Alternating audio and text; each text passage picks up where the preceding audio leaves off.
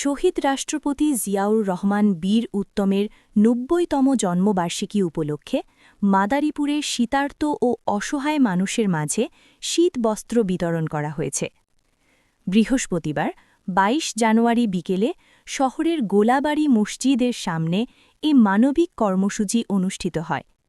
অনুষ্ঠানে প্রধান অতিথি হিসেবে উপস্থিত ছিলেন হেলেন জেরিন খান, সাবেক সংসদ সদস্য, মাদারীপুর ২ ও বিএনপির কেন্দ্রীয় কমিটির সহ-শিক্ষা বিষয়ক সম্পাদক। বাংলাদেশের মাটি মানুষের নেতা, মহান স্বাধীনতার ঘোষক, বহুদলীয় গণতন্ত্রের প্রবক্তা, বাংলাদেশের প্রথম রাষ্ট্রপতি শহীদ রাষ্ট্রপতি জিয়াউর রহমানের ৯০তম জন্মবার্ষিকী উপলক্ষে আজকের এই মহতী অনুষ্ঠানের আয়োজন করেছেন আপনাদেরই এই এলাকার কৃতি সন্তান, আপনাদের কাছের মানুষ, আপনাদের পাশের মানুষ, আমাদের অত্যন্ত প্রিয় নেতা, সাবেক যুবদল মাদারীপুর জেলা কমিটির সাধারণ সম্পাদক জনাব রুবায়েত হোসেন দুলাল।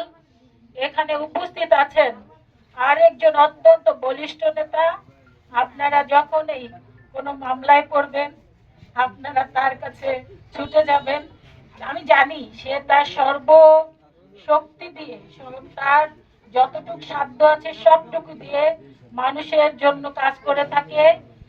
সেই বিখ্যাত অ্যাডভোকেট, আপনাদের এই মাদারীপুরের সন্তান, আমরা গর্ববোধ করি।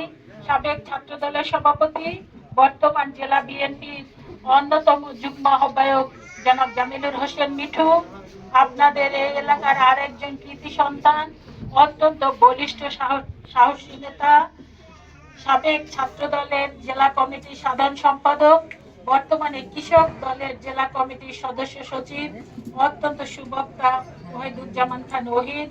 এখানে উপস্থিত আছেন আরেকজন বলিষ্ঠ নেত্রী, সংগ্রামী নেত্রী, সাহসী নেত্রী।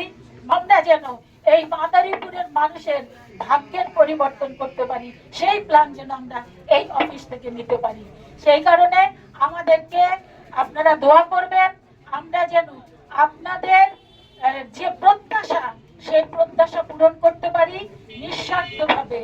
আপনাদের যে সমস্যা আছে প্রত্যেকটা সমস্যা আমরা চিহ্নিত করে সেই সমস্যাগুলো আমরা সমাধান করতে পারি, সেই ব্যাপারে আসুন আমরা সকলে দৃঢ় প্রতিজ্ঞ হই।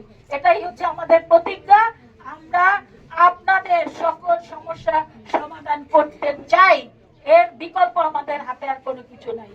মানুষ বেঁচে থাকে তার কর্মের মাধ্যমে, আমরা যেন প্রত্যেকে আমাদের সৎ কর্মের মাধ্যমে বেঁচে থাকতে পারি, আপনাদের ভাগ্যের পরিবর্তন করতে পারি এবং আপনাদের ভাগ্যের পরিবর্তনের মধ্যে দিয়ে আমরা এই মাদারীপুর, গোটা মাদারীপুরকে একটা উন্নত জেলায় পরিণত করতে পারি।